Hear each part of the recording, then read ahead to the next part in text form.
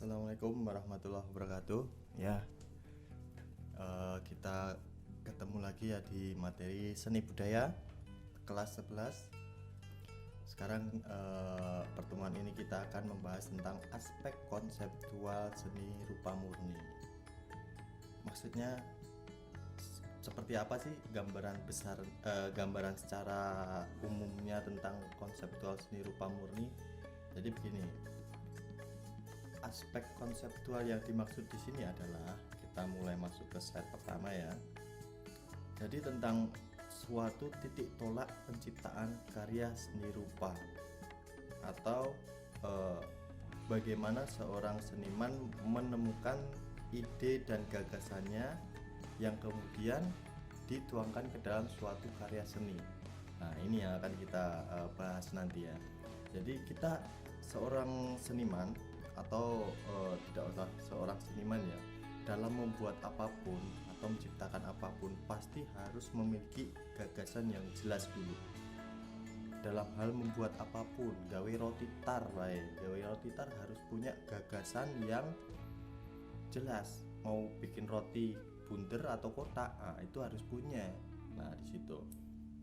Di sini untuk penciptaan suatu karya itu terbagi menjadi dua, realitas internal dan realitas eksternal. Yang pertama kita bahas realitas internal dulu, perambahan kehidupan spiritual.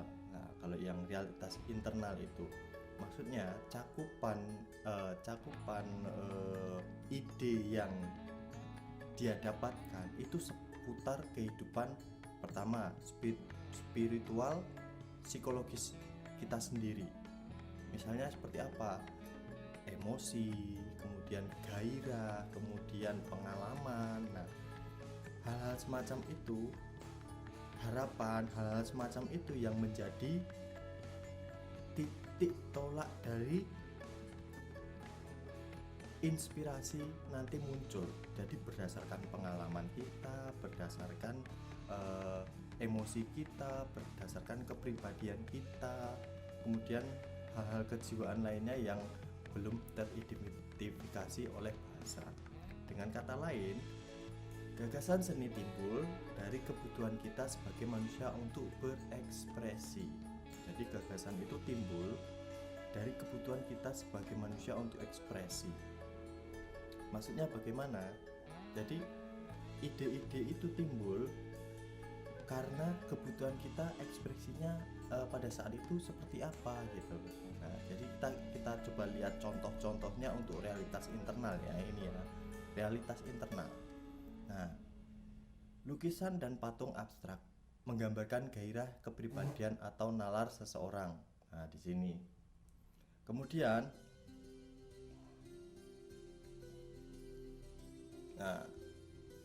sekarang kita kembali ke ini.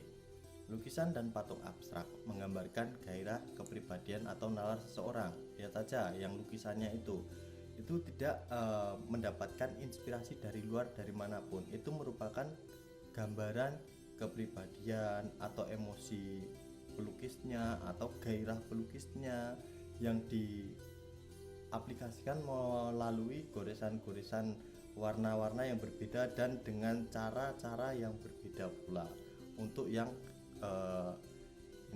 lukisannya ini. Jadi menggambarkan emosinya seperti apa. Tidak dia membuat ini dengan melihat sesuatu gitu, tidak. Kemudian patung ini juga seperti itu. Nah, ini menggambarkan gairahnya lagi seperti apa, kepribadiannya sedang seperti apa, kemudian emosinya sedang seperti apa, digambarkan melalui karya patung tersebut. Kemudian yang kedua berasal dari realitas eksternal, berhubungan pribadi kita dengan religius misalnya. Kemudian hubungan seseorang dengan sesama teman, orang-orang di sekitar, sosial. Kemudian hubungan seseorang dengan alam. Nah, jadi seorang seniman mengambil imajinasi atau inspirasi dari apa yang dia temui. Misalnya hubungan pribadi dengan Tuhan tadi, religius, ada suatu ritual upacara adat di suatu daerah. Nah, itu dijadikan sebuah inspirasi untuk membuat karya seni. Misalnya bikin karya seni patung atau lukis dengan inspirasi ritual tersebut. Kemudian hubungan pribadi dengan sesama, misalnya melukis seorang wanita cantik, atau membuat sketsa wanita cantik, atau membuat gambar suatu pemukiman desa, melukis pemukiman suatu desa yang cantik gitu. Kemudian hubungan seseorang seniman dengan alam, bisa dengan hewan, bisa dengan tumbuhan, bisa dengan pemandangan. Ketika dia berada di suatu tempat, pemandangannya indah, kemudian pemandangan tersebut dilukiskan dalam suatu kertas misalnya. Kemudian ada bentuk-bentuk hewan yang cantik, yang lucu, dijadikan inspirasi membuat patung, misalnya patung kelinci, patung kuda, atau patung apa lah itu. Jadi ketiga hal itu termasuk realitas eksternal, realitas yang ditemukan di luar sana, berbeda dengan yang internal yang benar-benar berasal dari diri sendiri, psikologi pelukis atau seniman itu sendiri. Kemudian next, sekarang kita masuk ke bagian penetapan interest seni ya. Maksudnya bagaimana penetapan seorang seniman membawa seninya itu ke jalan yang mana. Di antara tiga ini ada interest pragmatis, reflektif, dan estetis. Yang pragmatis itu adalah menempatkan seni sebagai instrumen pencapaian tujuan tertentu. Jadi misal saya seorang seniman, saya akan membawa seni saya itu kemana tujuan saya, tujuan nasional, moral, politik, atau dakwah. Misalnya politik, seorang seniman musik Iwan Fals, kalian kalau tahu Iwan Fals, dia menggunakan musiknya untuk tujuan berpolitik, mengkritik politik pemerintahan yang menurut dia tidak baik. Atau kalau di dalam dakwah ada musik hadroh yang digunakan untuk menyebarkan syiar, bersolawat sambil bermain hadroh, bersolawat. Nah, itu menjadi suatu bentuk seni dakwah. Nah, itu jadi tujuan-tujuan seni yang digunakan untuk apa di situ, yang pragmatis itu.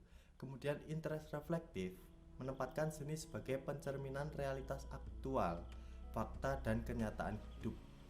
Jadi dia menggunakan seninya itu untuk sesuatu yang realistis. Misalnya seorang pelukis, dia menggunakan kemampuan seninya itu untuk menggambarkan apa yang dia temui. Misalnya dia sedang berekreasi ke suatu gunung atau bukit, dia menemukan pemandangan yang baik, dia gambarkan, dia lukiskan pemandangan tersebut realistis, dia melihat dan dia lukiskan, yang itu untuk kepuasan dia sendiri. Kemudian realitas khayali itu maksudnya ketika dia mencoba untuk menghayal dalam batas ketidaksadaran dia. Misalnya ketika dia tidur, dia merem, ada sesuatu bentuk-bentuk, mungkin kalian pernah ya, ketika kalian tidur merem, ada beberapa bentuk gambar atau bayangan-bayangan yang membuat kalian kadang tidak bisa tidur karena suatu pikiran yang tidak tenang seperti itu. Nah, realitas khayali ini yang dia wujudkan dalam suatu bentuk karya seni. Nah, jadi reflektif apa yang dia temui. Interest reflektif itu apa yang dia temui pada saat kondisi itu, ketika dia kondisi sadar atau ketika dia dalam kondisi berkhayal itu tadi. Nah, kedua kondisi tersebut yang digunakan sebagai bentuk karya seni yang dia keluarkan itu. Kemudian yang interest estetis berupaya melepaskan seni dari nilai-nilai pragmatis, nilai-nilai tujuan tertentu. Jadi seninya dia itu tidak digunakan untuk tujuan-tujuan tertentu. Ora tanggo dakwah, ora tanggo politik, ora tanggo tujuan nasional, dan tidak untuk moral, tidak. Hanya untuk apa? Untuk mendalami seninya saja. Jadi ketika saya seorang seniman abstrak, saya akan mendalami seni saya dan akan mengembangkan seni saya. Jadi ketika ada lukisan abstrak seperti ini, saya pengen yang lebih lagi, saya pengen yang lebih lagi. Jadi dia lebih fokus ke karya seninya, bukan ke tujuannya. Fokus mengembangkan hasil karya seninya sendiri itu. Jadi nek wis gawe abstrak, digawe luwih abstrak meneh. Gawe luwih abstrak meneh gen supaya wong ora iso maca, gen wong ora iso ndelok. Nah, gitu. Jadi estetis seperti itu. Dia fokus dari seni untuk seni. Terus enek gambar itu diotak-atik terus sampai merasa puas. Pokoknya dia fokus ke gambar itu saja, tidak ada tujuan lainnya. Itu yang interest estetis. Next, penetapan interest bentuk. Nah, di sini kita dapat mencermati karya-karya yang telah kita buat, ya, kecenderungan bentuk figuratif lah. Penetapan interest bentuk, ada bentuk figuratif, karya seni rupa yang menggambarkan figur yang kita kenal sebagai objek-objek alami, manusia, hewan, tumbuhan. Nah, ini namanya interest bentuk ya, bentuknya bentuk figuratif yang menggambarkan alam. Nah, bentuk-bentuk interest bentuk figuratif. Kemudian yang kedua, ada bentuk semi figuratif, yakni karya seni rupa yang setengah figuratif, semi ya, masih menggambarkan figur atau kenyataan alamiah, tapi bentuk dan warnanya telah mengalami distorsi, deformasi, stilasi oleh berupa. Jadi distorsi, perusakan, jadi sudah dirusak, sudah dirubah dan sudah dimodifikasi. Jadi walaupun itu bentuk-bentuk alam, misalnya pohonnya itu sudah nggak kayak pohon sing tenanan, pohonnya itu sudah dimodifikasi, sudah dibuat sesuai selera mereka masing-masing. Pohonnya iso dadi koyo sendok, pohonnya iso dadi koyo apa lah, dirusak gitu. Tapi masih mengacu pada peniruan alam. Nah, itu kalau yang semi figuratif, masih terlihat sisi alamnya, masih terlihat. Ini yang untuk semi figuratif. Yang ketiga, karya seni rupa non figuratif, susunan unsur-unsur visual yang ditata sedemikian rupa untuk menghasilkan suatu karya yang indah. Istilah lain menyebut karya seni rupa non figuratif adalah karya seni abstrak. Pada umumnya, karya abstrak yang berhasil adalah karya yang memiliki bentuk bermakna. Artinya, sebuah karya seni yang memiliki kapasitas membangkitkan pengalaman estetis bagi orang yang mengamatinya. Maksudnya membangkitkan pengalaman estetis ini jarang-jarang sekali ya. Pernah, tapi ada yang pernah mengalami, ada yang banyak yang tidak, jarang sekali, karena pengalaman estetis dari satu lukisan dibagi kepada beberapa mata yang melihat itu sangat susah. Dengan kata lain, karya seni yang dapat membangkitkan perasaan yang menyenangkan yaitu rasa keindahan. Kalau karya seni yang untuk membangkitkan rasa itu semua karya seni seperti itu tuh ya. Jadi untuk semua karya seni itu intinya dia membangkitkan perasaan seseorang ketika melihatnya. Entah itu karya seni musik, seseorang mendengarkan musik pasti perasaannya bangkit, entah itu perasaan emosi, perasaan sedih, perasaan galau. Begitu juga seni rupa, ketika melihat suatu karya lukis pasti membangkitkan karya seseorang, tapi presentasenya yang berbeda-beda.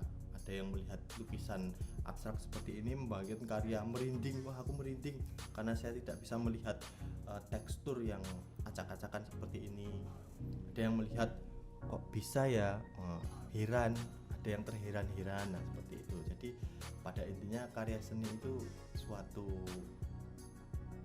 karya yang dapat membangkitkan perasaan atau indera seseorang, itu adalah karya seni. Kalau misalnya tidak dapat membangkitkan perasaan seseorang, itu namanya benda. Misalnya asbak, misalnya nekor asbak biasa, ya wis, orang melihatnya biasa. Tapi kalau asbak dengan sentuhan estetis seni, dikai koyo nogo, dikai desain nogo, itu sudah berbeda lagi. orang ketika mau ngeduke awune itu agak hati-hati, ndak ngerusak nogone misalnya seperti itu. Jadi di situ ya. Oke. Nah, materi sudah selesai. Nah, nanti kita lanjut lagi materi di pertemuan selanjutnya masih di seni rupa. Terima kasih. Assalamualaikum warahmatullahi wabarakatuh.